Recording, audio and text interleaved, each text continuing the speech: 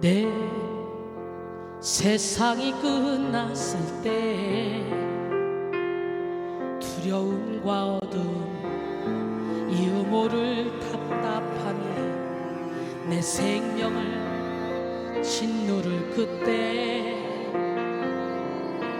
포기하고 싶어질 때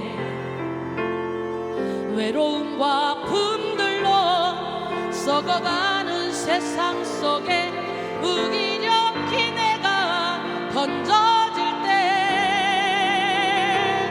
위를 봐 하늘을 바라봐 너의 삶은 끝이 아니야 아름다운 삶이 있어 너의 삶을 포기하지 마 하늘 위에 하늘을 바라봐 주님께서 함께 하시는 참 의미의 세상을 봐 너의 눈물 닦으시고 용서하는 예수를 봐 포기하고 싶어질 때 외로움과 품들로 썩어가는 세상 속에 무기력히 내가 던져질 때 위를 봐 하늘을 바라봐 너의 삶은 끝이 아니야 아름다운 삶이 있어 너의 삶을 포기하지 마 하늘 위에 하늘을 바라봐 주님께서 함께 하시는 참 의미의 세상을 봐 너의 눈물 닦으시고 용서하는 예수를 봐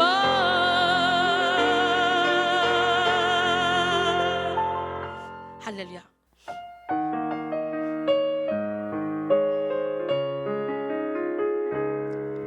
주님을 갈망하는 자에게 주여 은혜를 베푸소서 지치고 상한 영혼들에게 주님의 손을 얹으소서 치료의 하나님 기적의 하나님 이곳에 하늘의 문을 여서서 영혼의 새 솟아올라 이 땅을 고쳐주소서 상한 영혼 지친 영혼 모두 주님의 임재 안에 새롭게 하소서 치료의 하나님 기적의 하나님 이곳에 하늘의 문을 여서서 영혼의 새 솟아올라 이 땅을 고쳐주소서 상한 영혼 지친 영혼 모두 주님의 임재 안에 새롭게 하소서 아멘. 민수기 27장 1절로 7절 말씀 함께 보겠습니다. 민수기 27장 1절로 7절 말씀. 요셉의 아들 므낫세 종족들에게 므낫세의 현손 마길의 증손 길리앗의 손자 헤벨의 아들 슬로보앗의 딸들이 찾아왔으니 그의 딸들의 이름은 말라와 노아와 호글라와 밀가와 디르사라. 그들이 회막문에서 모세와 제사장 엘르앗살과 지휘관들과 온 회중 앞에 서서 이르되 우리 아버지가 광야에서 죽었으나 여호와를 거슬러 모인 고라의 무리에 들지 아니하고 자기 죄로 죽었고 아들이 없나이다. 어찌하여 아들이 없다고 우리 아버지의 이름이 그의 종족 중에서 삭제되리이까? 우리 아버지의 형제 중에서 우리에게 기업을 주소서 하매 모세가 그 사연을 여호와께 아뢰니라. 여호와께서 모세에게 말씀하여 이르시되 슬로보와 딸들의 말이 옳으니 너는 반드시 그들의 아버지의 형제 중에서 그들에게 기업을 주어 받게 하되 그들의 아버지의 기업을 그들에게 돌릴지니라. 아멘. 한계가 없는 삶. 이 시간에는 믿음의 한계가 없는 삶이라는 제목으로 함께 은혜를 나누길 원하는데요. 여러분, 이번 한 주간 우리는 한계가 없는 삶이라는 테마로 함께 은혜를 받았습니다. 첫 번째, 시간의 한계가 없는 삶이라는 제목으로 은혜를 받았는데요. 하나님은 우리가 감히 상상할 수도 없는 너무도 크시고 크신 분이에요. 크고 놀라운 하나님을 자신의 생각의 틀에 가둬두고 제한시키지 마시기 바랍니다. 이 시간 우리는 하나님의 위대하신 능력을 따라서 생각의 한계가 없는 삶을 살기 위해 우리의 육의 생각을 무너뜨리고 영의 생각을 해야 됩니다.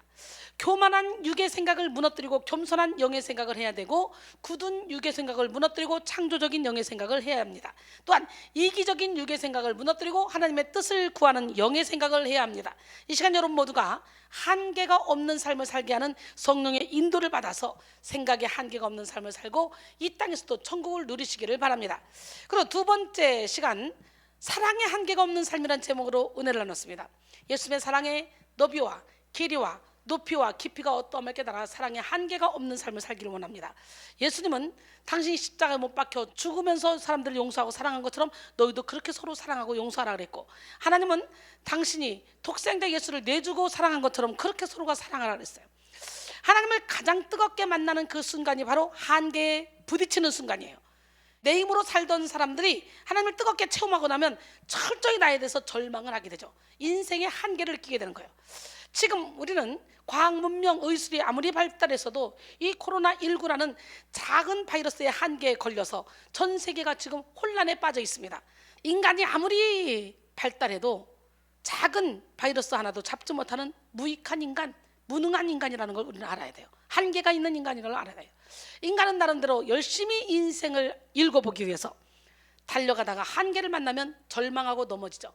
하나님은 인생의 벼랑 끝에서 손을 내밀어 주시고 만나 주십니다. 요한서신을 보면 요한 영성의 핵심이 바로 사랑이라는 것을 알 수가 있어요. 우리는 사랑의 한계가 없는 삶을 살기 위해서 먼저 하나님이 사랑의 원천이심을 알아야 됩니다. 예수님을 통한 사랑을 날마다 공급받아야 되고요. 사랑하는 사명을 이룰 때에 내가 아닌 하나님이 한계를 돌파해 준다는 걸 알아야 돼요. 여러분의 삶에 하나님의 흔적이 가득하도록 여러분 속에 살아계신 하나님의 사랑이 오늘 충만하게 있어지기를 원합니다. 그래서 사랑의 한계를 초월하는 삶을 살기를 원합니다. 세 번째 시간, 능력의 한계가 없는 삶이라는 제목으로 은혜를 나눴죠. 우리는 능력의 한계가 없는 삶을 살기 위해서 먼저 한계투성이인 육의 힘을 빼고 오직 하나님의 능력을 의지해야 됩니다. 우리는 자아를 죽이는 만큼, 육의 힘을 내려놓는 만큼 하나님의 전신갑주를 입을 수 있다는 걸 알아야 돼요. 이 시간 육에 속한 나를 완전히 내려놓고 진리의 지배를 받고 예수 그리스도의 의로움을 의지하며 예수님이 주시는 평강을 누리시기를 바랍니다. 사탄의 불화살을 믿음의 방패로 물리치시고 예수님의 소망으로 구원의 투구를 쓰며 하나님의 말씀으로 영적 전쟁에서 승리하는 우리 모두가 되기를 원합니다. 이 시간 철저히 여러분의 모든 생각을 내려놓고 자기를 포기하고 하나님의 전신갑주로 무장해서 능력의 한계가 없는 삶을 사시기를 원합니다. 나를 민 자는 성경의 이름과 같이 그 배에서 생수의 강이 흘러나오리라.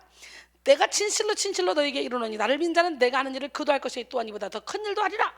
또한 마가복음 16장 17절로 18절 보니까 믿는 자들에 따르는 표적, 능력의 한계가 없는 삶을 살 수 있다는 거예요. 저희가 내 이름으로 귀신을 쫓아내며 새 방언을 말하며 뱀을 집어올리며 무슨 독을 마실지라도 해를 받지 아니하고 병든 사람에게 손 얹은즉 나으리라 하시더라. 할렐루야. 그 믿음이 여러분에게 있어지길 원해요. 세 번째 시간, 인내의 한계가 없는 삶이라는 제목으로 말씀 나눴죠. 이 세상은 한계투성입니다. 그러나 하나님은 우리에게 한계 없는 인생을 허락하기 원하시는데요, 무엇보다도 하나님은 인내의 한계가 없는 삶을 살게 하심으로 하나님이 예비하신 영적 축복을 다 받게 하시기를 원하시죠. 그러므로 아브라함은 오래 참아서 100세에 비로소 약속의 아들을 얻었잖아요. 그러므로 우리는 인내의 능력을 받기 위해서 처음 열정을 지속해야 되고 환난 속에서도 그리스도께 속하기로 작정해야 되고 영원한 하늘의 기업에 가치를 두어야 된다고 말씀드렸어요. 인내의 능력을 받는 여러분 모두가 되길 원하는데요, 인내의 능력을 받은 성도는 한계없는 인내로 기쁨을 잃지 않습니다. 뒤로 물러나지 않습니다. 자신의 영혼을 지키는 삶을 살아갑니다. 그러므로 여러분, 인내의 한계가 없는 삶을 살아가므로 기쁨과 평안을 누리는 신앙생활을 해나가는 여러분 모두가 되길 원합니다. 항상 기뻐하라, 쉬지 말고 기도하라, 범사에 감사하라. 이것이 그리스도 예수 안에서 하나님이 너희를 향하신 하나님의 뜻이라는 거예요. 저는 그렇게 살고 있습니다. 여러분 모두가 그렇게 살기를 원합니다.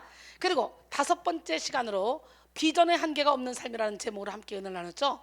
성령은 비전의 영입니다. 성령의 역사가 있는 곳에는 비전이 있습니다. 오늘 우리는 모든 한계를 초월하게 하는 예수 그리스도로 말미암아 비전의 한계가 없는 삶을 살고, 비전으로 말미암아 인생의 방향을 잡고 위기를 돌파하며 인생을 해석하는 지혜를 얻어야 합니다.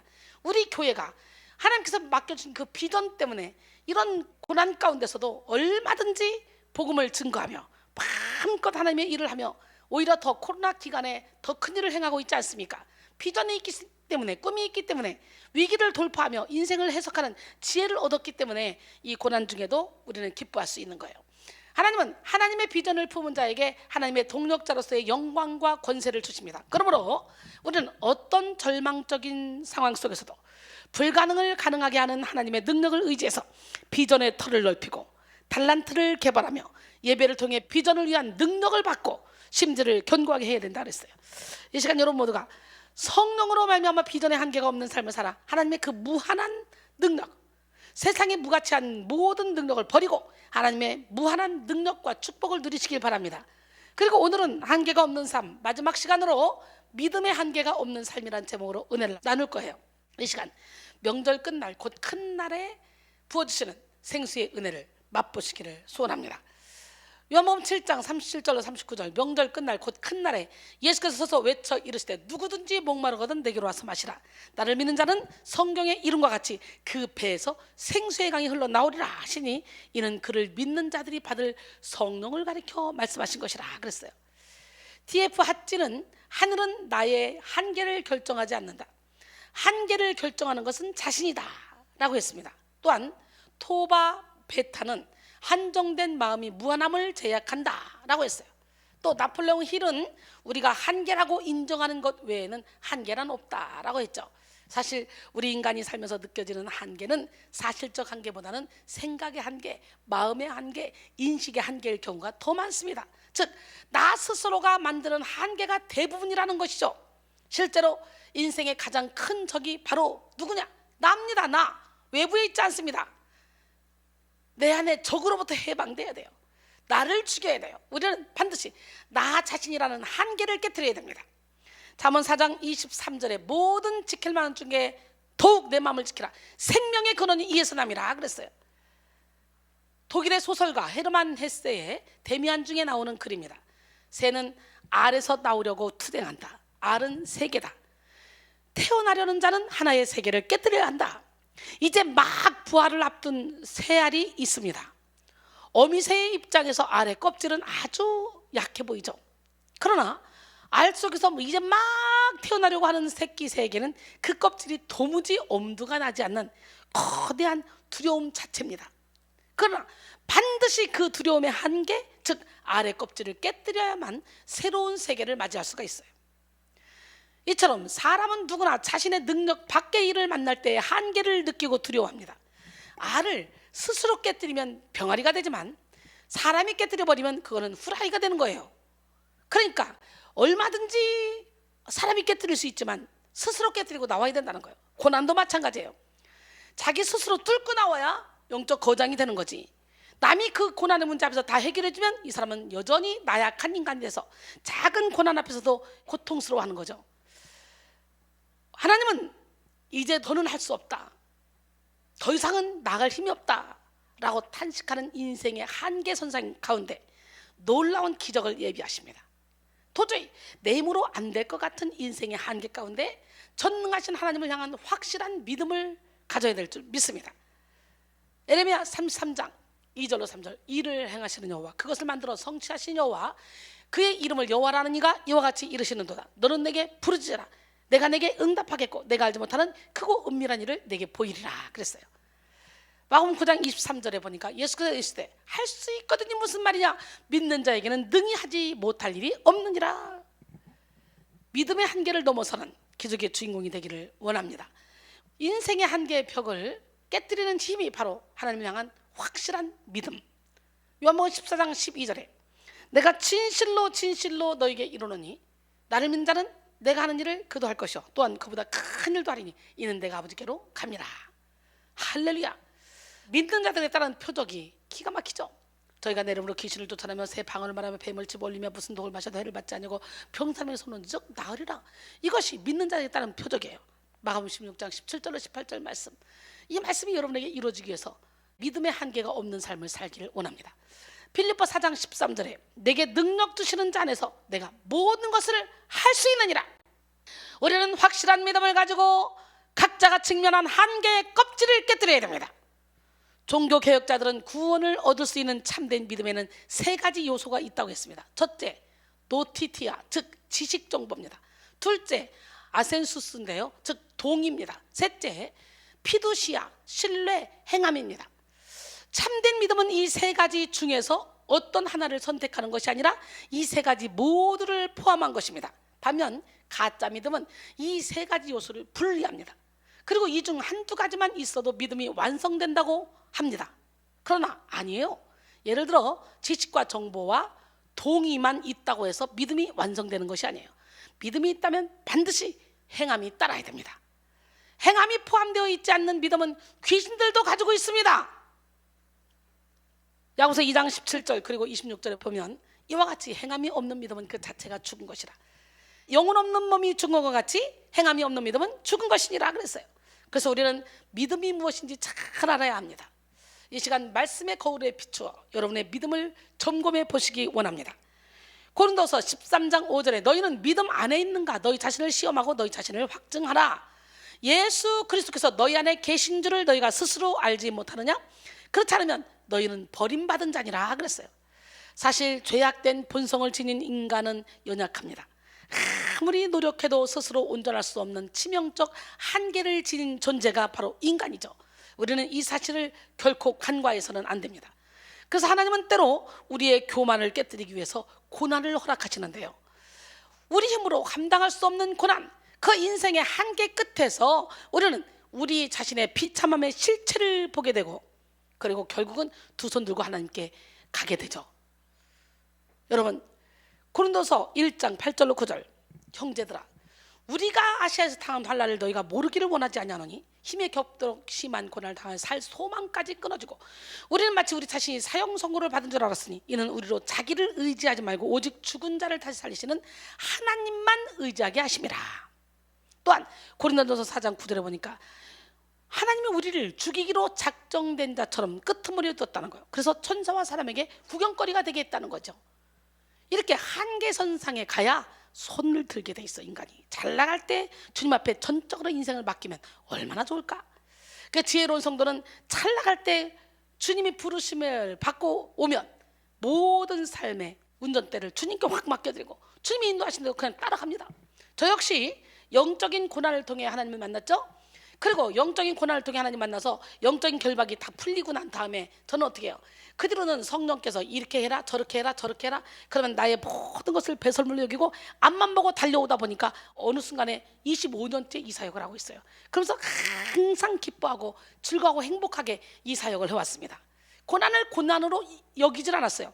지금 생각해보면 밥 한 끼 먹고 잠도 못 자고 밤새고 막 몸이 힘들어가지고 때글때 구르면서 또 겨우다시피 강단에 올라오고 설교 끝나고 내려갈 땐 겨우 내려가다시피 내려가고 이러면서 체력을 쏟고 영력을 쏟으며 많은 영혼을 살렸지만 내 영혼은 전제로 부어져서 정말 껍질만 남았었거든요.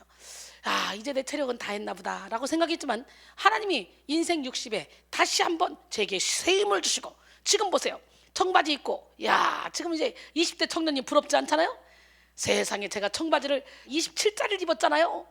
우리 하나님 멋쟁이 하나님 살아계신데요, 다시 한번 저를 청년의 때의 건강을 허락해 주셔서 더 큰 일을 행하시려고 이렇게 멋지게 저를 작품으로 빚어가시는 것을 봅니다. 그래서 한계가 없어요.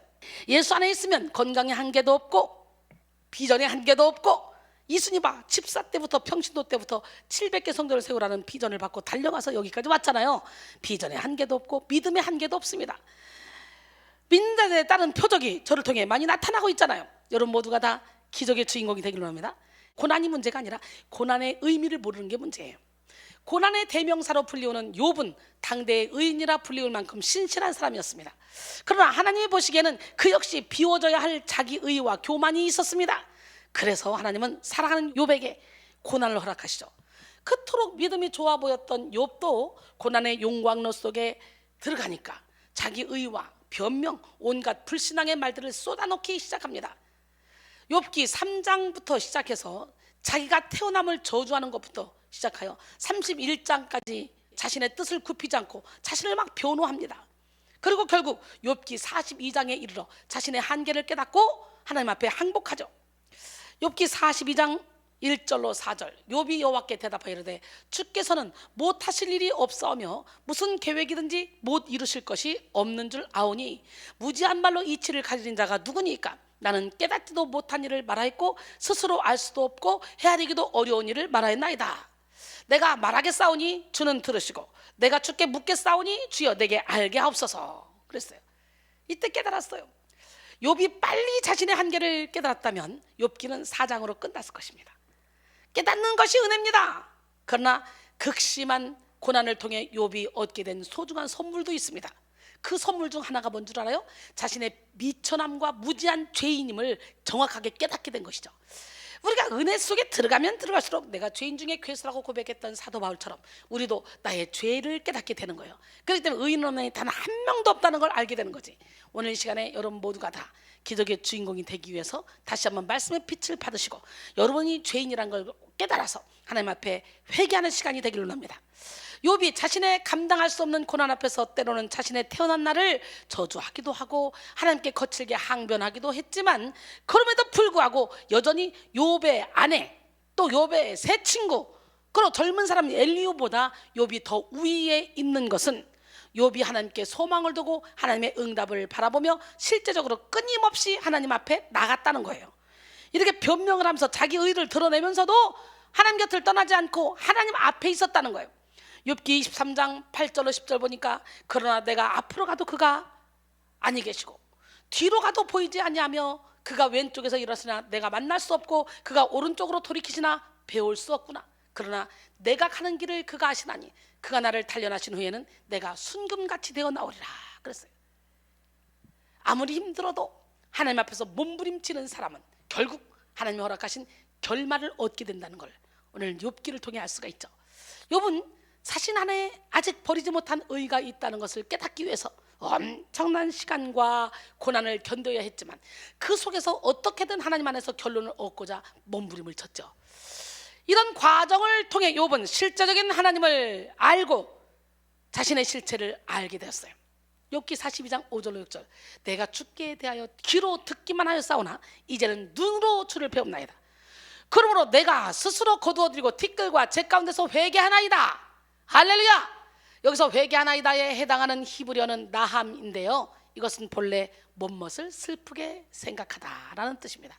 그러나 이 단어가 전치사 알과 함께 쓰이면 못모에 대한 생각을 변화시키다, 달리하다가 됩니다. 그러므로 원문에 충실하게 다시 이 구절을 번역하면 그러므로 저는 저의 미련한 말들을 거두어드리고 티끌과 재에 대한 저의 생각을 달리하겠습니다가 됩니다.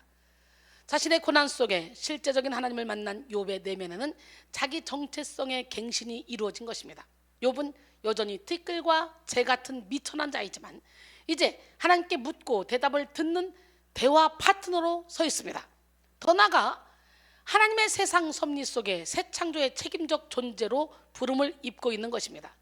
자신의 문제를 들고 하나님 앞에 나가는 사람은 문제 해결을 넘어 자신의 정체성을 발견하고 더 나아가 자신의 사명을 붙잡는 축복의 삶을 살게 됩니다. 여러분, 믿음의 기도는 우리의 마음을 바꾸고 삶을 바꾸고 가정을 바꾸고 인생 전체를 역전시킵니다.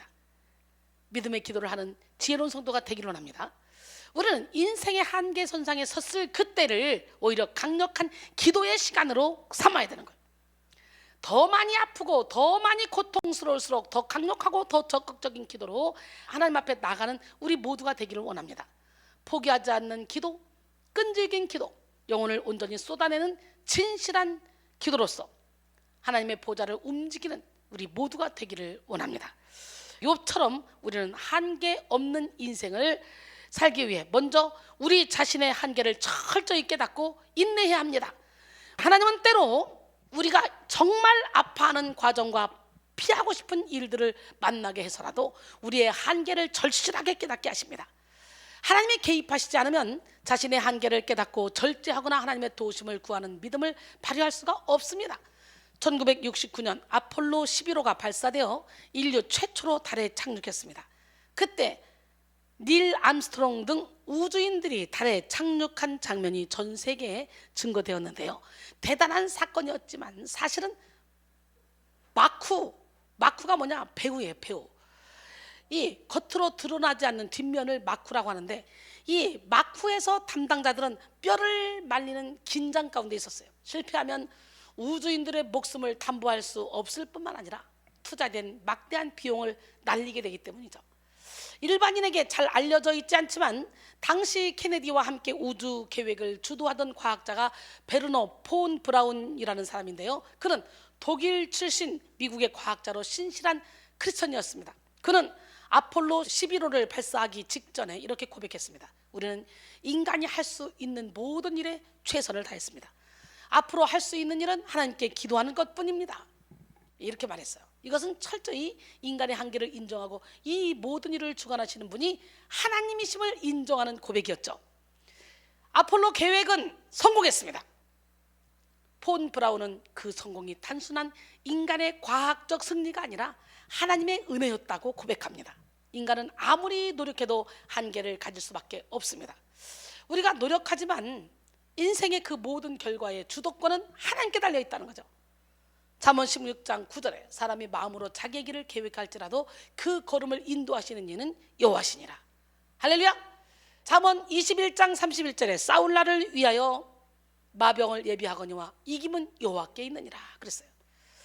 고린도전서 3장 6절로 7절 보니까 나는 심었고 아볼로는 물을 주었으되 오직 하나님께서 자라나게 하셨나니 그런즉 심는 이나 물 주는 아무것도 아니로되 오직 자라게 하시는 이는 하나님뿐이니라.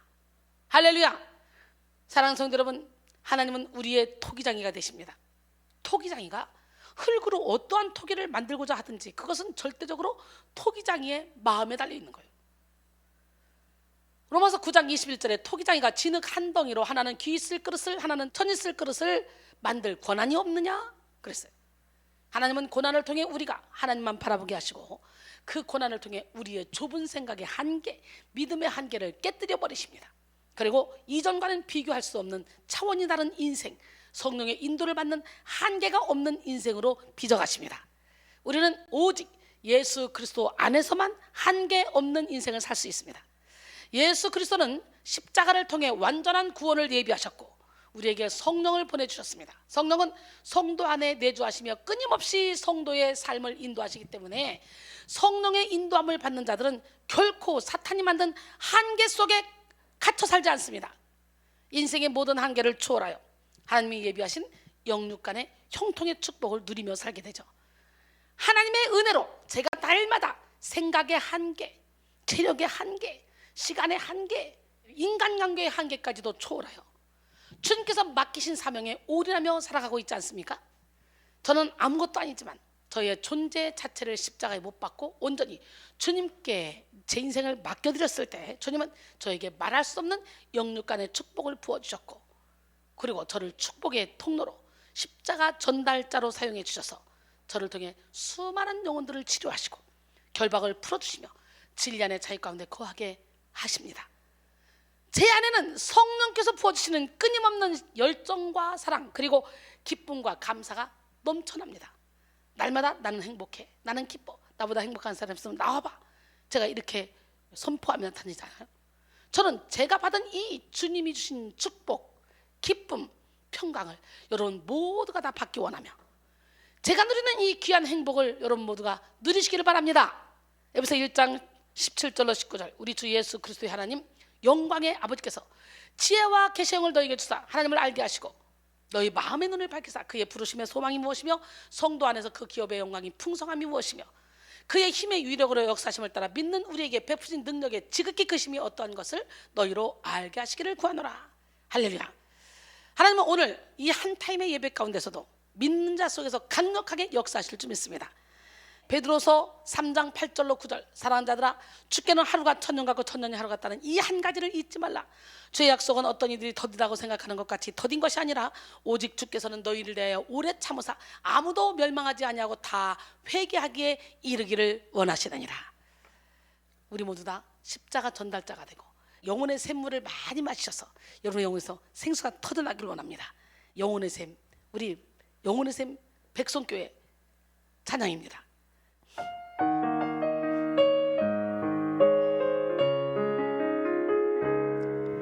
주님을 갈망하는 자에게 주여 은혜를 베푸소서. 지치고 상한 영혼들에게 주님의 손을 얹으소서.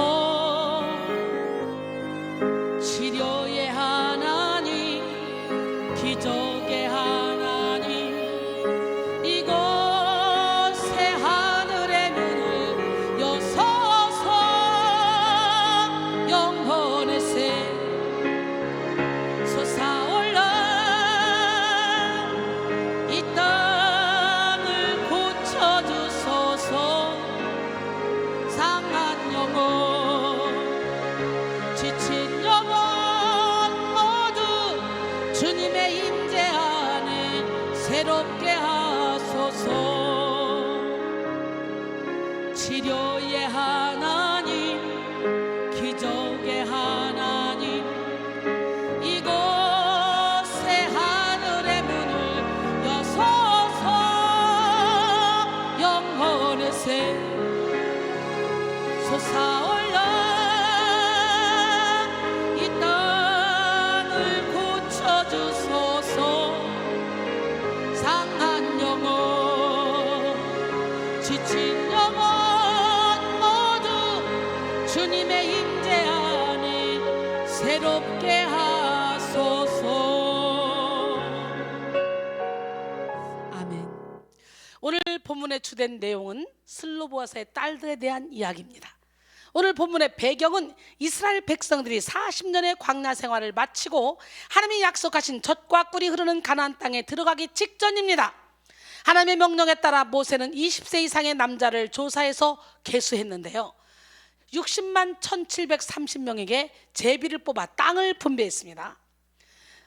땅 분배가 끝난 후에 슬로보아스의 5명의 딸이 모세와 제사장 그리고 온 회중 앞에 나와서 서서 항소합니다. 항소의 내용은 내 아버지가 아들이 없이 죽었으나 아버지의 이름을 남기고 싶으니 딸인 우리들에게도 땅을 달라는 것입니다. 민수기 27장 4절 오늘 본문이죠. 어찌하여 아들이 없다고 우리 아버지의 이름이 그의 종족 중에서 삭제되리까? 우리 아버지의 형제 중에서 우리에게 기업을 주소서 하매. 그런데 사실 당시 상황으로 볼 때 당시 여인들은 인구 조사할 때에 숫자도 세지 않을 만큼 사람 축에도 속하지 못한 상황이었기 때문에 여인들의 이 당당한 외침은 결코 쉽게 볼 수 있는 광경이 아니었습니다. 그 시대의 문화와 법에 따르면 딸들이 기업을 이을 수 없고 상속 또한 받을 수 없었습니다. 심지어 이 여인들은 하나님의 종 모세에게 이의를 제기하고 있는 것인데요, 이때까지 모세에 대해서 이의를 제기했던 사람, 반란을 일으켰던 자들은 하나님의 심판을 받았잖아요. 이 여인들은 그 모든 사실을 잘 알고 있었음에도 불구하고 죽음을 무릅쓰는 용기를 가지고 나와서 담대히 자신들의 요구 사항을 지금 말하고 있습니다. 모세는 이러한 여인들의 요구를 가지고 하나님께 여쭈었어요. 놀랍게도 하나님은 이 슬로보아 딸들의 요구를 즉시 옳다 인정해 주셨어요. 그리고 이 여인들은 기업을 상속받고 또한 이 일이 상속에 대한 선례와 특별법이 되었습니다. 본문 첫 구절에서는 슬로보아 딸들을 이렇게 소개하고 있죠. 민수기 27장 1절에 요셉의 아들 므낫세 종족들에게 므낫세의 현손 마길의 증손 길르앗의 손자 헤벨의 아들 슬로바스의 딸들이 찾아왔으니 그의 딸들의 이름은 말라와 노아와 호글라와 빌가와 디르사라. 민수기의 저자는 슬로바스의 딸들을 소개하기 위해 먼저 그들의 아버지 슬로바스의 족보를 나열하며 이들의 혈연적 배경을 보여줍니다. 이는 오늘 본문 속 슬로바스의 딸들로 인한 사건을 통해 실제적으로 가나안 땅 기업 분배의 새로운 규례가 제정되었으며 또 그들의 아버지 슬로바스의 이름이 므낫세 지파 족보에 남겨질 것임을 시사하기 위해 의도적으로 기록한 것입니다. 본문에서 말하는 므낫세 종족은 므낫세의 후손들로 이루어진 혈연 집단 전체를 가리키는데요. 므낫세는 잊어버리다 라는 뜻의 이름을 가진 요셉의 장자입니다. 요셉이 애굽의 총리 대신 된 이후에 므낫세를 낳기 이전에 애굽에서 당한 모든 고난을 하나님이 잊어버리게 하셨다고 고백하며 첫 아들의 이름을 므낫세라 지었어요. 본문에서는 요셉부터 슬로바스의 딸들까지의 전체 7대가 나오고 있습니다. 성경에서는 보통 어떤 인물을 소개할 때 누구누구의 아들이란 표현을 사용하죠. 주요 인물을 소개할 때는 족보에 있는 인물들을 나열하여 역사성을 강조하고 그 혈통을 이어오게 하신 하나님의 섭리를 드러내곤 합니다. 여기서도 슬로바스의 딸들을 소개하기 위해 그들의 아버지 슬로바스의 족보를 나열함으로 혈연적 배경을 보여준 것이죠. 분명 오늘 본문 속 슬로바스의 딸들은 여러 방면에서 한계를 지닌 자들이었습니다. 그러나 이들은 하나님을 기쁘시게 해드리는 믿음을 통해 인생의 한계를 초월하여 하나님의 축복을 누리는 역전의 주인공이 되었어요. 성경 속에는 이와 같이 비극적인 한계를 지닌 인물들이 믿음으로 그 한계를 극복한 이야기가 참 많이 나옵니다. 특별히 오늘 본문 속 주인공 슬로바스의 딸들과 같이 한계를 극복한 여인들이 예수님의 족보에 나옵니다. 마태복음 1장 1절로 6절 아브라함과 다윗의 자손 예수 그리스도의 계보라. 아브라함이 이삭을 낳고 이삭은 야곱을 낳고 야곱은 유다와 그의 형제들을 낳고 유다는 다말에게서 베레스와 세레를 낳고 베레스는 헤스론을 낳고 헤스론은 람을 낳고 람은 아미나답을 낳고 아미나답은 나손을 낳고 나손은 살몬을 낳고 살몬은 라합에게서 보아스를 낳고 보아스는 룻에게서 오벳을 낳고 오벳은 이새를 낳고 이새는 다윗 왕을 낳으니라.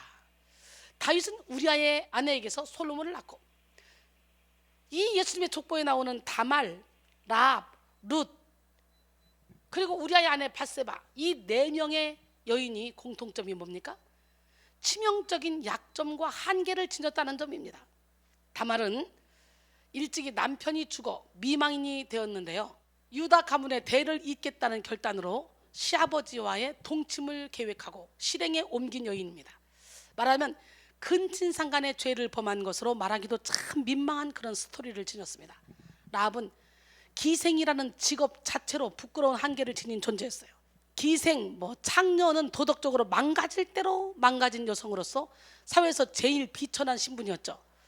룻은 원래 하나님을 알지 못하는 이방 여인으로 남편이 일찍이 죽어서 과부가 되었어요. 그리고 밧세바는 믿음의 롤 모델이었던 다윗 인생에 치명적인 오점을 남기게 만든 장본인입니다. 그러나 여러분, 이 여인은 모두가 다 과거가 부끄럽고 여러 가지 인생의 한계를 지니고 있었지만 결국 하나님의 은혜로 그 모든 한계를 초월해서 역전의 주인공이 됐습니다. 오늘 여러분 환경 탓하지 마시고 과거 탓하지 마시고 믿음만 가지고 믿음의 한계를 초월하게 하시는 그 하나님을 만나면 우리도 이 비천한 삶이 존귀한 삶으로 바뀌는 역사가 일어날 줄 믿습니다. 참으로 파란만장했던 과거를 지닌 이 여인들이 예수 그리스도를 통해서요 이루실 하나님의 구원 역사의 존귀한 도구가 되었어요. 사랑하는 성도 여러분, 예수를 믿는 그 순간 우리는 존재 자체가 새로워집니다. 성경 속에는 수많은 사람들의 과거가 실려 있습니다. 과거가 떳떳한 사람은 아무도 없을걸요? 그런데 하나님은 성경의 수많은 사람들의 과거를 가감없이 드러내시고 그들이 은혜 받고 변화되는 과정을 보여주시며 우리에게 소망을 심어주십니다. 오스카 와일드는 성인에게도 과거가 있고 죄인에게도 미래가 있다라고 했어요. 고린도서 5장 17절 그런즉 누구든지 그리스도 안에 있으면 새로운 피조물이라 이전 것은 지나갔으니 보라 새 것이 되었다 그랬어요. 이사야 43장 18절로 20절에 보니까 너희는 이전 일을 기억하지 말며 옛날 일을 생각하지 말라. 보라 내가 새 일을 행하리니 이제 나타낼 것이라. 너희가 그것을 알지 못하겠느냐? 반드시 내가 광야의 길을 사막에 강을 내리니. 장차 들짐승 곧 승냥이와 타조도 나를 존경할 것은 내가 광야의 물을 사막의 강들을 내어 내 백성 내가 택한 자에게 마시게 할 것입니다. 할렐루야. 우리는 모태에서부터 죄 중에 태어나 평생 죄의 결박 속에 어둠의 한계 속에 살 수밖에 없는 본질상 진노의 자녀였습니다. 그러나 길과 진리요 생명 되신 예수 그리스도를 통해서 이제 그 한계의 감옥에서 나와서 성령의 인도하심 속에 무한한 자유를 누릴 수가 있게 되었어요. 로마서 8장 1절로 2절, 그러므로 이제 그리스도 예수 안에 있는 자에게는 결코 정죄함이 없나니 이는 그리스도 예수 안에 있는 생명의 성령의 법이 죄와 사망의 법에서 너를 해방했습니다. 근데 예수를 믿는다면서도 아직 해방되지 못하고 한계에 갇혀 사는 사람들이 얼마나 많이 있습니까? 우물 안에 개구리처럼 살지 마시고 빨리 뛰쳐 나오시기 바랍니다.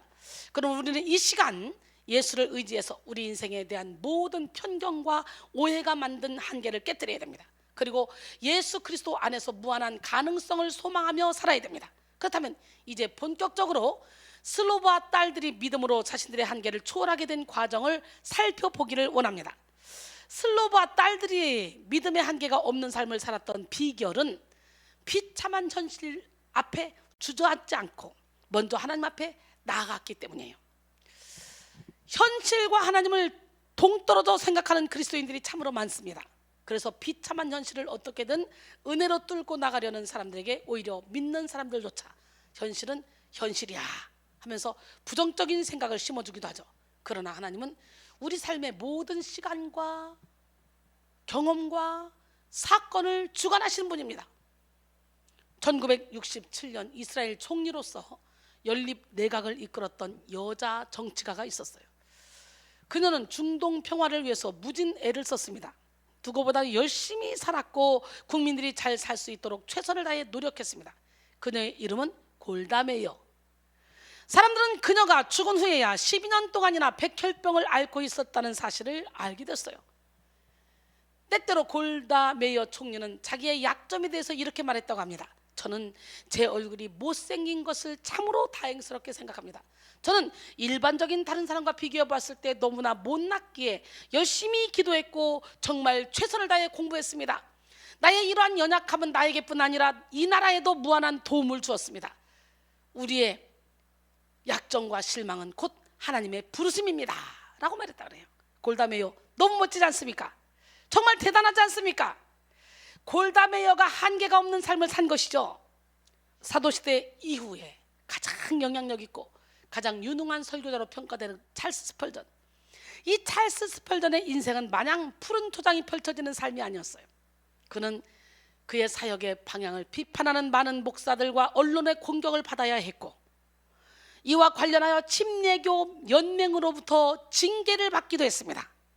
그는 통풍, 관절염, 신장염과 같은 질병에 시달려야 했고 이로 인해 그의 사역 22년 중 약 7년 정도는 설교할 수가 없었다고 합니다. 그의 아내는 건강이 좋지 않아 무려 27년 동안 교회 예배에 참석하지 못했습니다. 1866년 그는 설교 도중 저는 심각한 우울증에 시달리고 있습니다 라고 고백했는데요. 찰스 스펄전이 이렇게 심각한 우울증에 시달리면서도 이렇게 위대한 일을 했다는 거예요. 우울증의 원인 중에 가장 큰 하나는 서레이 가든 음악당에서 있었던 일이었습니다. 1856년 10월 19일 그의 나이 22살 때 그의 설교를 듣기 위해 1만 2천 명의 사람들이 서레이 가든 음악당에 모였는데요. 미처 들어가지 못한 10,000명 정도의 성도가 밖에 서 있었다고 합니다. 그가 회중 기도를 인도하고 난 직후 약속이나 한 듯 여기저기서 불이야 발코니가 내려가고 있다, 발코니가 내려앉고 있다, 건물이 무너진다 하는 함성이 터져나왔고 이에 혼란에 빠진 군중들이 급히 빠져나가다가 7명이 사망하고 28명이 부상을 당해서 병원으로 이송되는 일이 일어났습니다.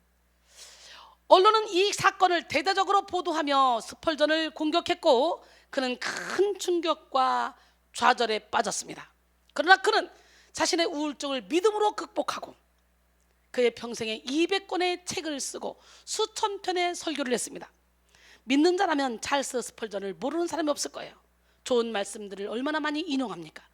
스펄전은 우울증은 개인의 죄에서 기인하기도 하지만 하나님의 계획 안에서 이루어지는 믿음의 시험의 통로일 수도 있다. 나를 의지하지 않고 하나님을 신뢰하는 과정 속에서 우울증이 폭풍처럼 나의 영혼에 몰아칠 때는 하나님이 세우신 계획 안에 오는 놀라운 축복의 징조임을 오랜 고통의 경험을 통해 깨닫게 되었다. 주님께서 나의 사역에 놀라운 축복을 준비하실 때마다 먼저 우울증이 다가왔다. 우울증은 나에게서 거친 옷을 입은 예언자 같다 라고 고백합니다. 기가 막히지 않습니까? 그러니까 큰 일을 계획하려고 하면 꼭 우울증이 찾아왔다는 거죠. 제가 생각할 때는 큰 일을 하려고 하니까 사단이가 틈타서 우울증을 써서 못하게 발목을 묶어놓은 것 같아요. 근데 사단도 하나님이 부르시는 영이잖아. 찰스 스펄전은 밤에 부르는 찬송은 오직 하나님께로부터만 올 수 있다. 밤에 찬송을 하는 일은 사람의 능력으로 할 수 있는 일이 아니다 라고 고백합니다. 여러분, 욥이 세 친구와 논쟁할 때요 듣고 있던 젊은 사람 엘리오는 이렇게 말했습니다. 욥기 35장 9절에 사람은 학대가 많음으로 부르짖으며 군주들의 힘에 눌려 소리치나 나를 지으신 하나님은 어디 계시냐고 하며 밤에 노래를 주신 자가 어디 계시냐고 말하는 자가 없구나 라고 말했어요. 밤에 노래를 주시는 자, 멋지지 않습니까? 하나님이 우리에게 허락하신 여러 가지 연약함은 한계에 빠져 열등감과 낙심에 빠지라는 그런 뜻이 아닙니다. 믿음의 사람은 오히려 자신의 연약함과 한계의 상황을 더욱더 하나님을 의지하는 기회로 만들죠. 슬로바스의 딸들은 여러모로 한계를 지닌 상황 속에 아주 비참한 처지에 놓여 있었습니다. 그러나 그들은 결코 그 비참한 현실에 주저앉지 않았어요. 그리고 자기 힘으로 할 수 없는 문제를 가지고 먼저 하나님 앞에 나갔어요. 민수기 27장 2절에 그들이 회막문에서 모세와 제사장 엘르아살과 지휘관들과 온 회중 앞에 서서 이르되, 여기서 회막에 해당하는 오헬 모에드는 이스라엘 백성들이 중요한 일이 있을 때마다 모이던 장소이며 또 백성들이 제사를 위해 가져온 제물을 제사장에게 인도하며 동시에 하나님을 만나는 장소였습니다. 즉 이런 회막은 하나님이 임재하시는 처소이며 하나님께 예배드리기 위해 구별되어 지어진 것이기 때문에 성막으로 불리기도 했고 또 법궤를 보관했으므로 증거막으로 불리기도 했습니다. 당시 이스라엘 백성들은 어떤 중대한 결정과 판결을 해야 하는 문제를 가지고 있을 때 하나님이 백성들을 만나시는 장소인 회막에서 집회를 열어 결정했습니다. 이것은 모든 문제에 대한 판결이 하나님께서 하신다는 것을 인정하는 행위였죠. 결국 슬로보아스의 딸들이 기업 분배의 문제를 가지고 먼저 하나님이 임재하시는 회막문 앞으로 온 것은 자신들의 문제를 하나님께 호소하기 위한 믿음의 행동이었습니다. 이들은 하나님께서 이스라엘 모든 백성의 삶을 주관하시며 인도하시는 분이심을 인정했던 것입니다. 우리는 이런 슬로바스의 딸들의 믿음을 본받아야 됩니다. 잠언 3장 5절 6절 너는 마음을 다하여 여호와를 신뢰하고 내 명철을 의지하지 말라. 너는 범사에 그를 인정하라. 그리하면 내 길을 지도하시리라. 할렐루야. 내 길을 여호와께 맡기라. 그를 의지하면 그가 이루시고 내 의를 빛같이 나타내시며 내 공의를 정오의 빛같이 나타내시리라. 6절로 7절 그렇게 말씀하시죠. 그러나 안타깝게도 많은 사람들이 인생의 큰 문제 앞에서 하나님을 찾기보다는 먼저 자신의 지식과 자신의 방법을 동원하죠. 그리고 자신의 한계를 느끼며 비참한 현실 앞에 낙담하고 무너집니다. 이처럼 내면이 약한 자들의 특징은 인간의 한계선상에서 극도로 자기 연민의 덫에 빠진다는 거지. 자기 연민의 사전적 의미는 자기 자신을 측은히 여기고 불쌍히 여기는 마음입니다. 자기 연민은 자기 자신만 바라보기 때문에 상처를 잘 받고 상처로 인한 잘못된 감정으로 살아가게 됩니다. 그래서 수치심과 열등감의 또 다른 얼굴과 같습니다. 자기 연민으로 인해 수치심이나 열등감으로 사는 사람들은 하나님과 사람들에게 버림받은 비참한 느낌과 더불어 살아가게 되죠. 보지 못하고 듣지 못하고 말도 못했던 삼중고를 겪은 헬렌 켈러는 자기 연민은 최악의 적이다. 만일 우리가 그것에 굴복하면 이 세상에서 선한 일은 아무것도 할 수 없다라고 했습니다. 또한 데일 카네기는 현재 상태에 대해 자기 연민에 빠지는 것은 에너지 낭비일 뿐 아니라 최악의 습관이다라고 했습니다. 이 자기 연민은 인간이라면 누구나 쉽게 빠질 수 있는 덫인데요, 심지어 아주 위대한 능력을 발휘했던 성경 속 위인 엘리야를 보세요. 엘리야조차 자기 연민의 덫에 걸려서 그의 모든 삶과 사명까지도 완전히 무너질 뻔한 위기를 만났죠. 그는 하나님의 능력을 덧입어서 하늘에서 불을 끌어내리고 물도 끌어내렸던 기적의 선지자입니다. 그러나 사역의 대승리를 마친 후에 당시 악하기로 소문난 이세벨이 엘리야를 죽이려 한다는 소식을 듣게 되죠. 엘리야는 그 순간 자신과 함께 하셨던 그런 능력의 하나님이 아닌 자신의 목숨을 위협받는 그 환경을 바라보게 되었습니다. 문제의 현실을 바라보는 순간 그의 마음은 즉시 나락으로 떨어졌죠. 그리고 자기 연민에 사로잡히고 말았어요. 왕상 19장 3절로 4절, 유다에 속한 브엘세바에 이르러 자기의 사환을 그곳에 머물게 하고 스스로 광야로 들어가 하룻길쯤 행하고 한 로뎀나무 아래 앉아서 죽기를 구하여 가로되 여호와여 넉넉하오니 지금 내 생명을 취하옵소서. 나는 내 열조보다 낫지 못하니이다. 그럽니다. 엘리야는 로뎀나무 아래에서 하나님 앞에 죽기를 구해요. 그는 더 이상 살고 싶다는 소망뿐만 아니라 하나님께서 자신에게 맡기신 사명까지도 완전히 잃어버렸습니다. 그야말로 엘리야는 그의 인생의 한계 선상에서 모든 것을 포기하려고 합니다.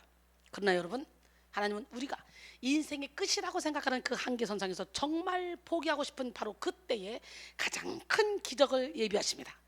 사방이 막혀 있을지라도 저 하늘은 뻥 뚫려 있습니다.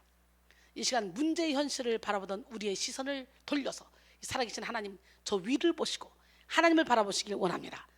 기적의 하나님은 살아계십니다.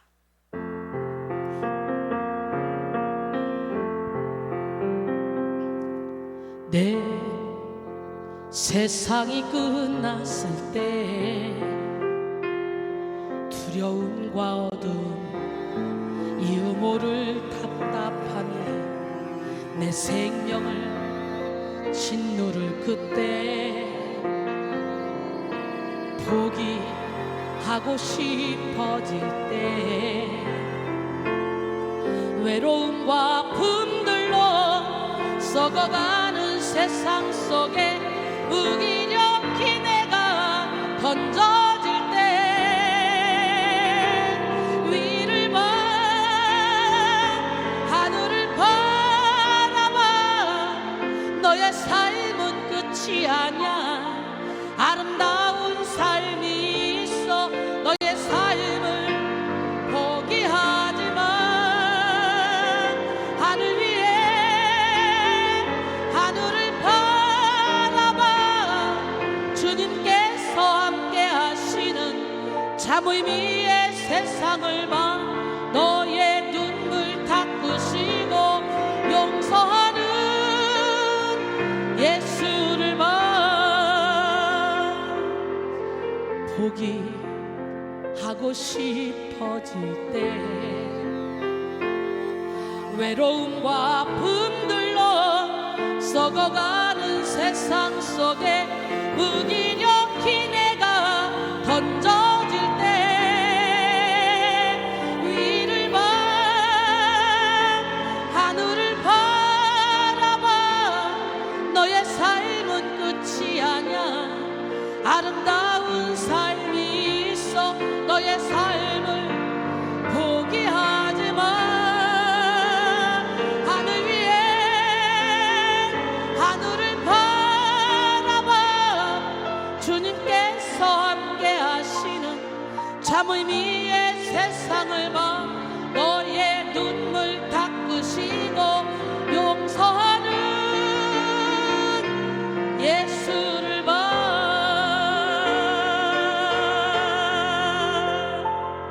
할렐루야. 시편 50편 15절에 환난 날에 나를 부르라. 내가 너를 건지리니 네가 나를 영화롭게 하리라. 그토록 하나님의 능력으로 충만했던 엘리야였지만 그는 쉽게 자기 연민에서 헤어나오지 못하고 계속해서 이렇게 탄식했습니다. 왕상 19장 9절로 10절. 내가 만군의 하나님 여호와께 열심히 유별하오니 이는 이스라엘 자손이 주의 언약을 버리고 주의 제단을 헐며 칼로 주의 선자들을 죽였음이오며 오직 나만 남았거늘 그들이 내 생명을 찾아 빼앗으려 하나이다. 엘리야 말을 가만히 살펴보면 내가, 나만이라는 단어를 반복해서 사용하고 있는데요, 그가 위기의 상황을 바라보자 영의 눈이 닫히게 돼서 하나님을 보지 못하고 있는 것을 우리가 알게 됩니다. 동시에 완전히 자신의 감옥 속에 갇힌 그의 눈에는 세상에서 가장 불쌍한 자기 자신만 보였습니다. 그가 내가 하나님께 열심히 유별나고 오직 나만 남았다고 고백하는 그의 말 속에는 수고하고 고생한 것은 오직 자기 자신뿐이라는 뜻이 담겨져 있지 않습니까? 여러분, 이처럼 아무리 큰 능력을 행한 사람이라 할지라도 하나님을 바라보지 못하고 자기 자신에게 초점이 맞춰지는 순간 사단에게 틈을 주게 됩니다. 우리는 사단에게 작은 틈도 내주지 않도록 깨어 있어야 됩니다. 베드로전서 5장 8절로 9절 근신하라 깨어라 너희 대적 마귀가 우는 사자같이 두루다니며 삼킬 자를 찾나니 너희는 믿음을 굳건하게 하여 그를 대적하라. 이는 세상에 있는 너희 형제들도 동일한 고난을 당하는 줄 알미라 그랬어요. 사단은 우리 시선이 하나님에게서 약간만 빗나가도 그때를 놓치지 않아요. 작은 생각 하나를 던져주고 결과적으로 하나님보다 자신을 바라보게 만들어버리죠. 많은 그리스도인들이 이 자기 연민에 빠져 하나님을 사랑한다고 하면서 잘못된 신앙생활을 하는 경우가 많이 있습니다. 결국 자기 연민의 근본 원인은 자기 사랑, 즉 자기 우상에 있습니다. 우리 내면 깊이 숨어있는 이 자기 우상은 우리의 고난의 때를 맞았을 때 우리 안에서 자기 연민으로 작동하기 시작합니다. 그래서 고난의 순간에 나만 피해자다라는 피해의식을 심어준과 동시에 남 탓하고 환경과 운명을 탓하게 만들죠. 또 온갖 부정적인 생각, 즉 의심과 쓸데없는 염려, 걱정, 두려움 등을 심어줘서 모든 힘과 에너지를 허비하게 만듭니다. 결국 이 문제를 해결해 주실 하나님을 바라보지 못하도록 우리 내면을 어지럽게 하는 거죠. 하나님은 자기 자신을 바라보지 말고 하나님만 의지하라고 어려움을 허락하신 거예요. 그런 의미에서 자기를 바라보느라 하나님을 바라보지 못하는 것은 사탄에게 은연중에 속았기 때문이라는 걸 깨달아야 돼요. 사탄이 가져다주는 부정적인 생각과 감정에 함몰되어 있기 때문입니다. 아무리 힘들어도 하나님만 바라보는 사람은 초점을 금방 맞출 수가 있어요. 사랑하는 성도 여러분, 우리는 인간의 한계 선상에서 하나님을 바라봐야 돼. 현실을 바라보고 낙심하게 만드는 사단에게 속지 말고 우리의 모든 시선을 사로잡아 예수 그리스도를 바라봐야 될 줄 믿습니다. 히브리서 12장 2절에 믿음의 주요 또 온전케 하신 이인 예수를 바라보자. 그는 그 앞에 있는 기쁨을 위하여 십자가를 참으사 부끄러움을 개의치 아니하시더니 하나님 보자 우편에 앉으셨느니라. 우리는 오늘 본문 속 슬로보아스의 딸들처럼 문제를 가지고 먼저 하나님 앞에 나가야 됩니다. 만일 이들이 부당한 현실 앞에 낙심하여 자기 연민에 빠져 원망만 하고 있었다면 이들의 운명이 어떻게 되었을까요? 아마 그녀들의 인생은 거기서 그렇게 비참한 결말을 맞이할 수밖에 없었겠죠. 그러나 믿음으로 현실의 한계를 극복한 이 여인들은 하나님의 축복을 마음껏 누리며 또 후대의 사람들에게 축복을 유통시키는 자들이 되었습니다. 여러분 모두가 이 슬로보아스의 딸들과 같이 한계의 현실을 극복하여 축복의 주인공들이 되시기를 바랍니다. 두 번째, 슬로보아스의 딸들이 믿음의 한계가 없는 삶을 살았던 비결. 두 번째, 하나님의 도우심을 절대적으로 믿고 적극적으로 간구했기 때문입니다. 목숨을 걸고 나간 거예요. 모세에게 이의를 제기했던 사람들을 다 심판을 받았는데 목숨을 걸고 나간 거예요. 오늘 본문의 상황은 이스라엘이 약속의 땅 가나안에 들어간 상태가 아니에요. 사실 출애굽 1세대의 사람들은 참으로 불신앙으로 가득했던 사람들이잖아요. 그런데 이 슬로보아스의 딸들의 모습은요, 출애굽 1세대 사람들과는 너무너무 다른 모습이에요. 특히 그때는 남성 중심의 기업 분배 원칙이 이미 정해진 상태였어. 그러나 이들은 당시의 법이 여자는 기업을 분배받을 수 없다는 사실을 앞에 슬퍼하거나 낙심하고 주저앉고 있지 않았어요. 또 팔자나 운명을 탓하며 앉아있지도 않았어요. 오히려 불가능해 보이는 상황 속에서도 가나안 땅을 약속해 주신 하나님에 대한 확실한 믿음을 가지고 한계의 벽 앞에서 적극적으로 도전했습니다. 이런 여인들의 확실한 믿음, 적극적인 믿음이 어디서 나온 것일까? 그녀들이 모세 앞에 나와 항소하는 내용을 구체적으로 살펴봅시다. 오늘 본문 민수기 27장 3절로 4절입니다. 우리 아버지가 광야에서 죽었으나 여호와를 거슬러 모인 고라의 무리에 들지 아니하고 자기 죄로 죽었고 아들이 없나이다. 어찌하여 아들이 없다고 우리 아버지의 이름이 그의 종족 중에서 삭제되리이까? 우리 아버지의 형제 중에서 우리에게 기업을 주소서 하며. 슬로바스의 딸들은 과거 이스라엘 백성들이 광야에서 방황했던 시기에 일어난 고라의 반역 사건을 정확히 기억하고 있었어요. 민수기 16장에 이 사건이 기록되어 있는데요, 고라의 무리들은 레위 자손으로서 성막에서 수종 드는 일을 담당했습니다. 하지만 그들은 자신들의 직분에 만족하지 않고 아론의 대제사장직을 탐냈습니다. 이것은 이스라엘 주관자로서 아론에게 제사장 직분을 위임하신 하나님을 무시하는 아주 교만한 월권 행위였습니다. 결국 땅이 갈라져 고라에 속한 모든 사람과 재물이 수월에 빠지는 그런 심판을 당하게 됐죠. 그런데 이 사건에 대해 당시 이스라엘 백성들은 모세와 아론이 고라의 무리, 즉 여호와의 백성을 죽였다고 해석하며 원망했었어요. 민수기 16장 41절, 이튿날 이스라엘 자손의 온 회중이 모세와 아론을 원망하여 이르되 너희가 여호와의 백성을 죽였도다 하고. 그러나 이 슬로밧의 딸들은 고라 무리가 죽은 이유는 정확히 그들이 여호와를 거슬렀기 때문임을 이해하고 있었습니다. 즉 이들은 고라 무리들을 심판하신 하나님의 공의에 대해서 잘 알고 있었다는 거죠. 또 이러한 하나님의 공의를 의지할 때 자신들의 소원, 비록 딸이지만 아들 없이 죽은 아버지의 기업을 잇고자 하는 소원이 이루어질 수 있다고 믿은 것입니다. 즉 슬로보아스의 딸들은 하나님을 분명히 아는 지식, 즉 영적인 지식을 소유한 자들이었어요. 그래서 이 여인들은 본문 4절 끝에서 우리에게 기업을 주소서라며 적극적으로 간구했습니다.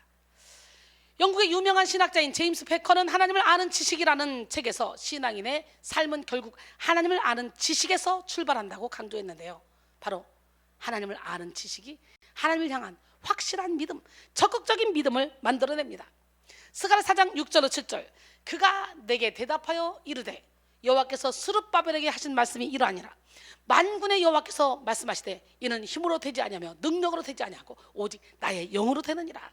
큰 산아 내가 무엇이냐? 내가 스룹바벨 앞에서 평지가 되리라. 그가 머릿돌을 내놓을 때에 무리가 외치기를 은총이 그에게 있을지어다 하리라 하셨고. 여러분, 힘으로 되지 않고 능으로 되지 않는 것 오직 여호와의 영으로 됩니다. 문제가 아니에요. 문제를 해결할 수 있는 힘이 없는 것이 문제예요. 큰 산아 내가 무엇이냐? 너는 스룹바벨 앞에서 평지가 되리라. 그랬던 것처럼 여러분의 문제는 무엇입니까? 오늘 외쳐보세요. 큰 산아 내가 무엇이냐? 너는 순위 앞에서 평지가 되리라. 큰 산아 내가 무엇이냐? 너는 지혜 앞에서 평지가 되리라. 자기 이름을 부르면서 그렇게 선포해보세요. 그렇게 큰 문제였던 것들이 하나님 아는 지식으로 가득 채워지는 순간 문제가 아니네 라고 생각이 됩니다. 문제를 해결할 수 있는 힘이 주어지기 때문에. 도저히 용서할 수 없는 사람, 사랑할 수 없는 사람, 이해할 수 없는 사람, 여러분 예수님만 믿고 예수님을 주인으로 모셔봐. 예수님의 마음이 품어지면서 그들을 불쌍히 여기고 긍휼히 여겨주면서 오히려 그들을 사랑하게 된다는 거지. 그렇기 때문에 진리를 알진 진리가 너희를 자유롭게 하리라. 우리가 진리 대신 예수님을 주인으로 모시면 우리는 자유한 인생을 살게 됩니다. 호세아 6장 3절, 그러므로 우리가 여호와를 알자, 힘써 여호와를 알자. 그의 나타나심은 새벽빛 같이 어김없나니 비와 같이 땅을 적시는 늦은 비와 같이 우리에게 임하시리라 하니라. 할렐루야. 신앙 성장에는 3단계가 있는데요, 첫째 듣는 단계, 둘째 확신의 단계, 셋째 행동의 단계입니다. 여러분은 어떤 단계의 신앙을 갖고 계십니까? 듣고 확신하고 행동하는 그런 믿음을 갖길 원합니다. 살아있는 믿음, 행동하는 적극적인 믿음을 갖기 위해 우리는 먼저 하나님의 말씀을 듣는 일에 집중해야 돼요. 로마서 10장 17절에 그러므로 믿음은 들음에서 나면 들음은 그리스도의 말씀으로 말미암았느니라 그랬어요. 살아있는 믿음을 갖는 가장 큰 비결이 예배에 집중하는 것입니다. 믿음은 하나님과의 관계를 바로 정립하는 것인데 예배를 통해 믿음이 생기고 하나님과의 관계가 회복될 수 있습니다. 그래서 예배가 중요하죠. 우리 백성께는 365일 날마다 살아있는 예배가 멈추지 않습니다. 말씀이 살아있고 찬양이 살아있고 기도가 살아있는 이 예배 현장 가운데 꾸준히 참석하기만 해도 확실한 믿음의 소유자가 되는데요, 요즘은 갑작스레 대면 예배가 되지 못해서 비대면으로만 드리잖아. 사람들이 말하기를 비대면 예배를 드리면 예배를 드리다가 전화가 오면 전화 받으러 가고 초인종 누르면 누구 만나러 가고 또 무슨 일 있으면 해야 되고 또 밥 먹을 시간이면 또 가족이 들어오면 밥 차려줘야 되고 뭐 이러다 보니까 예배에 집중할 수 없다 그래요. 그런데 이제 지금부터는 미리미리 할 거 다 해놓고 예배에 집중하시기 바랍니다. 그리고 전화도 꺼놓고 예배에 집중하셔서 은혜 받으시고, 또 정성 모두어서 예물도 드리시면서 여러분이 가지고 있는 그 믿음이 어떻게 떨어지지 않도록, 오히려 더 믿음이 성장할 수 있도록 더 허리띠를 졸라매야 돼요. 더 열심히 예배에 참석해야 돼요. 온라인 예배지만 현장 예배처럼 예배를 드리셔서 여러분의 믿음이 성장되기를 원합니다. 장성한 분량에 이르는 믿음을 갖기를 원합니다. 그리고 하나님을 향한 확실한 믿음을 갖게 될 때 우리는 하나님 앞에 적극적으로 나가 믿음의 간구를 할 수 있다는 걸 알아야 돼요. 마태복음 7장 7절로 8절, 구하라 그리하면 너에게 주실 것이요, 찾으라 그리하면 찾아낼 것이요, 문을 두드리라 그리하면 너에게 열릴 것이니, 구하는 이마다 받을 것이요, 찾는 이가 찾아낼 것이요, 두드리는 이에게 열릴 것이니라. 오늘 두드립시다. 성령이 주시는 은사, 지혜의 말씀, 지식의 말씀, 믿음의 은사, 능력의 강함의 은사, 병 고치는 은사, 예언함의 은사, 영들 분별하면서 각종 방언 말하면서 방언들 통역하며 은사, 오늘 다 받아서 성령께서 주시는 그 각 사람에게 나눠주시는 이 은사를 받아 하나님 내게 맡겨준 사명을 잘 감당하는 기적의 주인공들이 되셔서 이 땅에서도 천국을 누리길 원합니다. 노만 빈센트 필 박사는 인생은 바뀔 수 있다, 그러나 그 변화는 오직 기도를 통해서만 바뀐다라고 했어요. 아무리 비참한 한계를 가진 인생이라도 믿음으로 기도하는 자, 이런 사람은 인생 역전의 주인공이 될 수 있습니다. 오늘 본문 속의 여인들이 바로 그 역전의 주인공들이죠. 성경 속의 강력한 기도로서 역전의 인생을 살았던 또 한 사람을 소개하자면 바로 야베스입니다. 이 야베스라는 이름의 뜻은 슬픔인데요, 그 이름에서부터 알 수 있듯이 그는 매우 슬프고 비참한 운명을 타고난 사람이었어요. 엄마가 지어준 이름인데 슬픔이야. 그러나 그는 하나님을 향한 절대적인 믿음으로 기도했습니다. 그리고 기도로서 그의 인생 자체가 역전되었습니다. 우리가 잘 알고 있는 야베스의 기도 내용이죠. 역대상 4장 10절에 야베스가 이스라엘 하나님께 아뢰어 이르되, 주께서 내게 복을 주시려거든 나의 지역을 넓히시고 주의 손으로 나를 도우사 나로 환난에서 벗어나 근심이 없게 하였소서 하였더니 하나님이 그가 구하는 것을 허락하셨더라 그랬어요. 할렐루야. 슬로바스의 딸들이 믿음의 한계가 없는 삶을 살았던 비결 세 번째, 하나님의 뜻에 합한 소원을 아래서 하나님께 인정받았어요. 뭐라고요? 하나님의 뜻에 합한 소원을 아래서 하나님께 인정받았다는 거지. 위험을 무릅쓰고 갔는데 하나님께 인정받았어. 오늘 본문 민수기 27장 5절로 7절, 모세가 그 사연을 여호와께 아뢰니라. 여호와께서 모세에게 말씀하여 이르시되, 슬로바 딸들의 말이 옳으니 너는 반드시 그들의 아버지의 형제 중에서 그들에게 기업을 주어 받게 하되 그들의 아버지의 기업을 그들에게 돌릴지니라.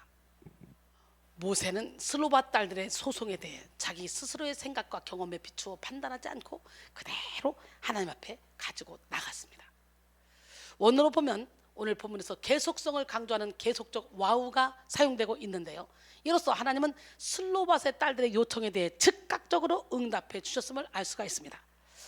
모세가 정식으로 그 문제를 가지고 하나님 앞에 나오기 전 이미 하나님이 임재해 계시는 회막문에서 그 여인들의 믿음을 보셨던 것이죠. 그리고 그 믿음의 간구를 들으시고 의로우신 판단을 확정하고 계셨습니다. 사랑하는 성도 여러분, 이처럼 하나님은 여러분의 상황과 모든 상황을 미리 알고 계시고 세심한 관심으로 우리를 돌아보고 계시다는 걸 알아야 돼요. 시편 139편 1절로 4절, 여호와여 주께서 나를 살펴보셨으므로 나를 아시나이다. 주께서 내가 앉고 일어섬을 아시고 멀리서도 나의 생각을 밝히 아시오며 나의 모든 길과 내가 눕는 것을 살펴보셨으므로 나의 모든 행위를 익히 아시오니 여호와여 내 혀의 말을 알지 못하시는 것이 하나도 없으시니이다 그랬어요. 다만 하나님은 우리의 믿음을 보기를 원하십니다. 우리가 모든 문제를 가지고 하나님 앞에 나와 그 문제를 온전히 맡기기를 원하십니다. 하나님은 오늘 문제를 가지고 하나님 앞에 나갔던 여인들을 향해 본문 7절에서 슬로브와 딸들의 말이 옳으니 라고 말씀하셨어요. 하나님은 이 여인들의 요구가 하나님이 보시기에 정당하며 합당한 것이라고 인정해 주셨어요. 하나님은 중심을 보시는 분이에요. 잠언 16장 2절에 사람의 행위가 자기 보기에는 모두 깨끗하여도 여호와는 심령을 감찰하시느니라. 할렐루야. 하나님 보시기에 이 여인들의 요청은 자신들의 욕심에 기인한 것이 아니었어요. 즉 이들이 아버지의 이름을 존속시키고자 했던 뜻과 또 하나님의 약속하신 가나안 땅을 믿음으로 받아들이고 있는 그 모습이 신실한 신앙에서 기인한 것임을 인정하셨던 것이죠. 믿음의 한계가 없는 기적의 삶을 살기 위해 우리는 철저히 내 욕심을 비우고 기도해야 돼요. 야고보서 4장 2절로 3절, 너희는 욕심을 내어도 얻지 못하여 살인하며 시기하여도 능히 취하지 못함으로 다투고 싸우는도다. 너희가 얻지 못하면 구하지 아니하기 때문이요 구하여도 받지 못하면 정욕으로서 되고 잘못 구하기 때문이라 그랬어요. 아무리 적극적인 믿음을 가지고 열정적으로 기도한다 해도 욕심을 비우지 못한다면 아무런 소용이 없습니다. 우리는 한계가 없는 삶을 살기 위해 무엇보다 내 욕심과 내 뜻을 철저히 깨뜨려야 됩니다. 하나님은 고난을 통해 우리 속의 모든 죄의 불순물들을 제거하십니다. 무엇보다도 우리 속의 탐심, 즉 우상을 제거하고 하나님의 꿈을 갖게 하십니다. 우리는 인생의 한계선상에서 겸손히 하나님의 손에 우리 자신을 맡겨드려야 됩니다.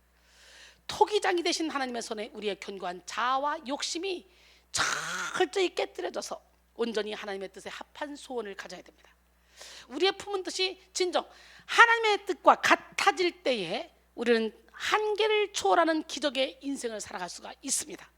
여러분 모두가 하나님의 마음에 인정받는 소원을 품으시고 적극적인 믿음으로 하나님 앞에 간구함으로 모든 인생의 한계를 초월하는 축복의 주인공들이 다 되시기를 바랍니다. 슬로보와 딸들은 결국 하나님 앞에 옳다 인정함을 받고 그들의 소원대로 기업을 받게 됐죠. 그리고 나아가 이때부터 아들이 없을 시에 하나요 각 가정 단위의 만인 토지 소유 원칙을 지키기 위해서 여성이 대신 기업을 상속받을 수 있게 되었습니다. 이에 기초하여 새로운 상속법이 제정되는 아주 혁신적인 결과를 만들어내게 되었죠. 이뿐만이 아닙니다. 우리가 살아있는 믿음을 소유할 때 그 영향력은 반드시 우리 주변으로 흘러가게 마련입니다. 이 여인들의 믿음은 후에 더 큰 선한 영향력을 미치게 되었어요. 오늘 본문 속 슬로바 딸들의 존재는 민수기 36장에 다시 등장합니다. 여기서 슬로바스의 형제 므낫세의 자손들이 모세에게 나와 오늘 본문의 사건, 즉 슬로바스의 딸들이 기업을 받은 것에 대해서 언급합니다.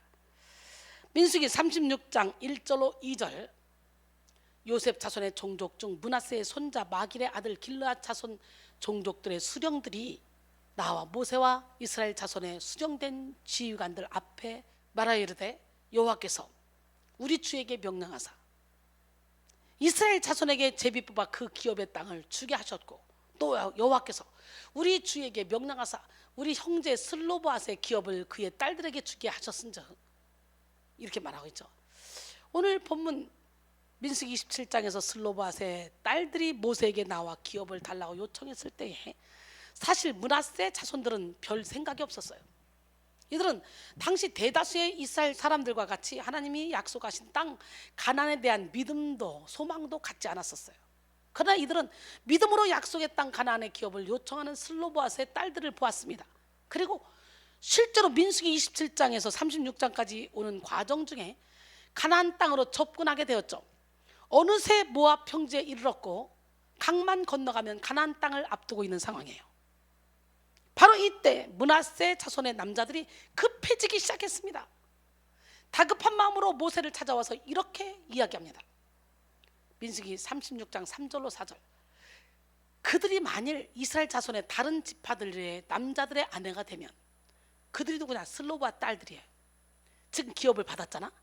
근데 이들이 이스라엘 지파의 다른 지파들의 남자들의 아내가 되면 그들의 기업은 우리 조상의 기업에서 떨어져 나가고 그들이 속할 그 지파의 기업에 첨가되리니 그러면 우리가 제비 뽑은 기업에서 떨어져 나갈 것이요 이스라엘 자손의 희년을 당하여 그 기업이 그가 속한 지파에 첨가될 것이라. 그런즉 그들의 기업은 우리 조상 지파의 기업에서 아주 삭감되리이다. 맞죠? 슬로바 딸들이 다른 지파에 소속한 사람하고 결혼하면 재산을 가지고 갈 거 아니야. 그럼 므낫세 지파는 삭감되는 거예요. 없어지는 거지. 처음에 슬로바 딸들이 믿음을 가지고 모세에게 우리도 상속권을 달라고 할 때는 별로 관심이 없었는데 마침 진짜 이제 가나안 땅에 들어가서 상속을 받으려고 가나안 땅이 눈앞에 보이기 시작하니까 그때야 급한 거예요. 므낫세 지파 남자들의 말은 여자들 5이 땅을 분배받아 다른 지파로 시집갔을 때 그 땅이 다른 지파에게 속할 것인데 그것이 자기 지파에게 불리하다는 거죠. 결국 이들의 요구도 하나님께 인정받았어요. 그래서 슬로보앗의 딸들은 오직 므낫세 지파의 종족에게로만 시집가도록 명령을 받게 됐어요. 민수기 36장 5절로 7절. 모세가 여호와의 말씀으로 이스라엘 자손에게 명령하여 이르되 요셉 자손 지파의 말이 옳도다. 슬로보앗의 딸들에게 대한 여호와의 명령이 이러하니라. 이르시되 슬로보앗의 딸들은 마음대로 시집가려니와 오직 그 조상 지파의 종족에게로만 시집갈지니 그리하면 이스라엘 자손의 기업이 이 지파에서 저 지파로 옮기지 않고 이스라엘 자손이 다 각기 조상 지파의 기업을 지킬 것이니라. 하나님은 므낫세 지파 사람들의 이러한 요청을 기뻐하셨습니다. 왜냐하면 아직 요단을 건너지 않은 상황에 마치 하나님이 가나안 땅을 주신 것처럼 믿음으로 간구하는 그 모습 때문이었죠. 이스라엘 사람들은 참 지독하게도 불신앙에 빠져서 하나님의 마음을 아프게 했잖아요. 그러나 슬로바스의 딸들로 인해 믿음의 역사가 시작돼서 이제 므낫세 지파 사람들까지 그 선한 믿음의 영향력이 임하게 된 거죠. 그래서 므낫세 지파도 아직 가나안 땅에 들어가지도 않았는데 이제 그 땅 분배해서 우리가 뺏길 거 생각하면서 얘기하고 있는 것이 아주 믿음으로 받아들여진 거죠.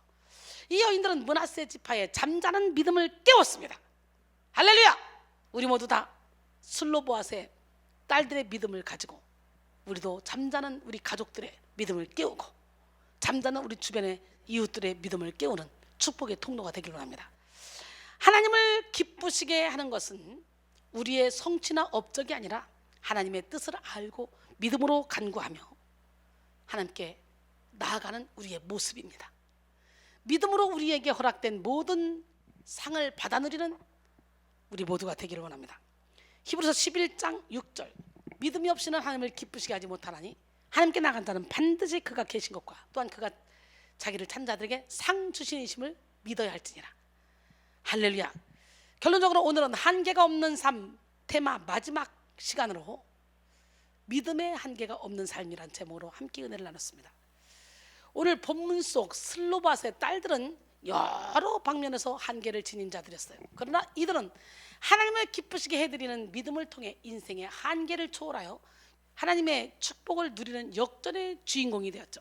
우리는 본문을 통해 슬로보앗의 딸들이 믿음이 한계가 없는 삶을 살았던 비결을 봤죠.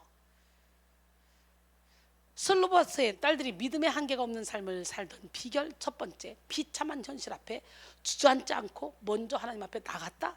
둘째, 하나님의 도우심을 절대적으로 믿고 적극적으로 간구했다. 셋째, 하나님의 뜻에 합한 소원을 아뢰어 하나님께 인정받았다 라고 말씀드렸습니다. 결국 이 여인들의 소원대로 기업을 상속받게 됐고 그 내용에 기초한 새로운 상속법까지 제정되었죠. 또 나아가 이 여인들의 믿음은 므낫세 지파 사람들의 잠자는 믿음을 깨워서 하나님을 기쁘시게 했습니다. 사랑하는 성도 여러분, 하나님은 인간의 한계 선상에서 더 큰 기적을 예비하시는 분이십니다. 오늘 이 시간 여러분 모두가 한계가 없는 믿음을 소유해서 한계가 없는 하나님의 축복을 마음껏 받아 누리시고 또한 그 축복의 통로가 돼서 많은 사람들에게 선한 영향력을 미치어 반 영혼을 주님께로 인도하는 축복의 통로가 되시기를 주님의 이름으로 축원합니다. 할렐루야. 하나님 우리 가정 축복하소서. 하나님 우리 교회 축복하소서. 성령의 충만한 복으로 하늘의 신령한 복으로 땅의 김진 복으로 그리고 예수 안에서 만사형통의 복으로 그냥 만사형통의 복 받는 거 원치 않아요. 예수 안에서 우리 함께 찬양하며 하나님이 부어주실 그 복을 받는 시간이 되길 원합니다.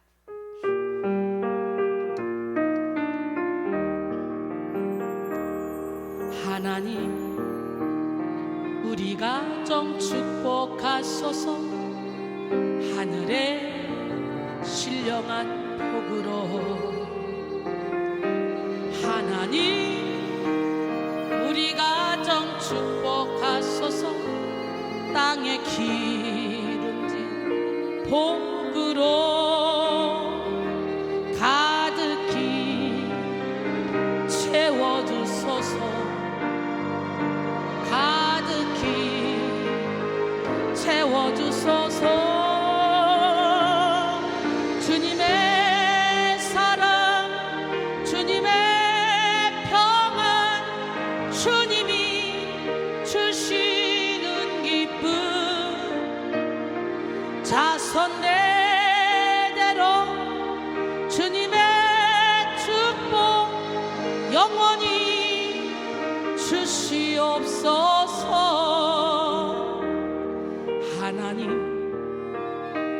우리 가정 축복하소서. 성령의 충만한 복으로 하나님 우리 교회 축복하소서. 예수 안에서 안사여 복으로 가득히 채워주소서. 가득히 채워주소서. 주님의 사랑, 주님의 평안, 주님이 주시는 기쁨,